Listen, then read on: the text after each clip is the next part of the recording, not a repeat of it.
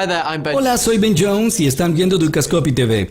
La semana está agitada para Japón y nuestro invitado de hoy para hablar de la situación actual en el país es Benjamin Charlton de Oxford Analytica. So Benjamin, firstly, let's Vamos a empezar hablando de la recesión japonesa. ¿Cómo contribuyó el aumento del impuesto sobre las ventas? ¿Fue necesario para postergar el próximo aumento? to push back the next hike.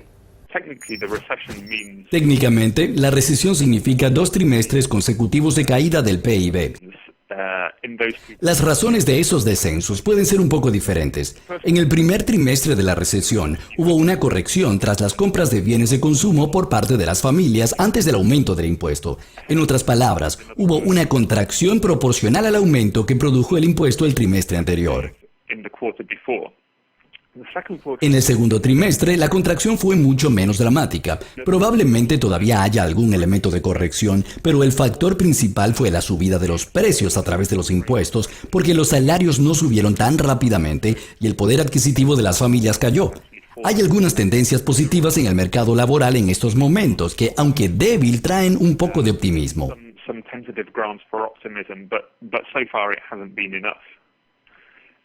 En cuanto a la necesidad de postergar el aumento de los impuestos, existe un consenso abrumador. El impacto negativo del primer aumento fue mucho mayor de lo esperado, pero el tema principal es el crecimiento frente a la austeridad.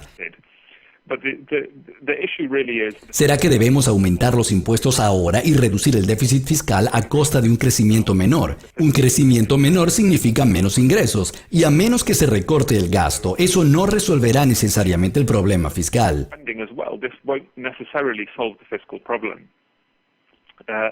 La otra opción es aplazar el tema de los impuestos como algo menos urgente y prevemos que estimulando el crecimiento en el corto plazo, los ingresos se generarán en el largo plazo y se resolverá el problema fiscal.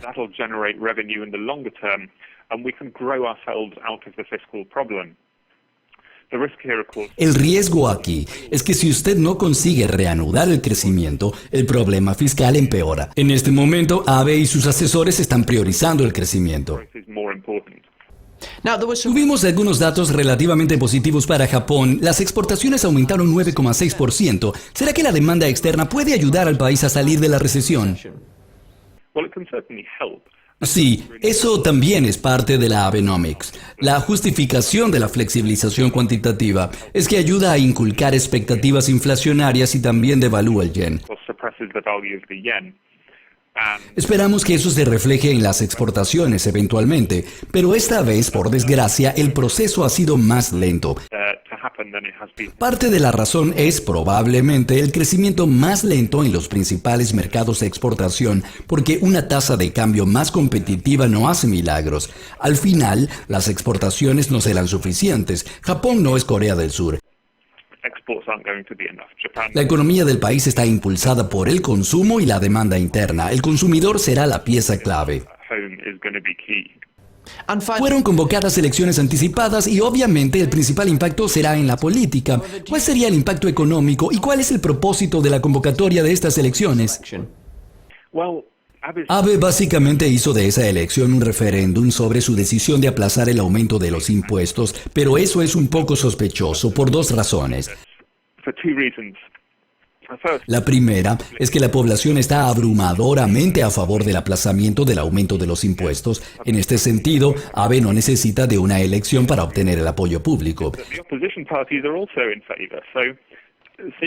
La otra razón es que los partidos de oposición también están a favor y, en ese sentido, consideran la votación como un referéndum sin sentido. Las elecciones no son una amenaza para la posición de Abe o de su mayoría en el Parlamento. Los partidos de oposición están completamente desorganizados y realmente no representan una amenaza. El principal motivo creo que es alargar el tiempo hasta las próximas elecciones.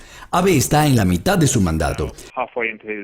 Las próximas elecciones se celebrarán dentro de 2 años, pero tal vez para ese entonces él ya no sea tan popular. Todavía tiene índices de aprobación muy altos para estándares de un primer ministro japonés, y convocando una elección ahora, mientras sigue siendo popular, podrá extender su mandato por otros 2 años, y es ahí donde viene el impacto económico. Tuvimos flexibilización cuantitativa y estímulo fiscal como los primeros pilares de la Abenomics. El tercer pilar son las medidas de reforma a largo plazo que llevan más tiempo en legislar y todavía llevan más tiempo para mostrar sus resultados en la economía. Estos 2 años adicionales que ABE puede ganar de estas elecciones, y casi seguro ganará, puede ser tiempo suficiente para avanzar con más de esos cambios y comenzar a ver algunos resultados en la economía. Benjamin, gracias por su participación. Eso es todo por hoy, pero sigan conectados para más noticias y entrevistas exclusivas. Hasta luego.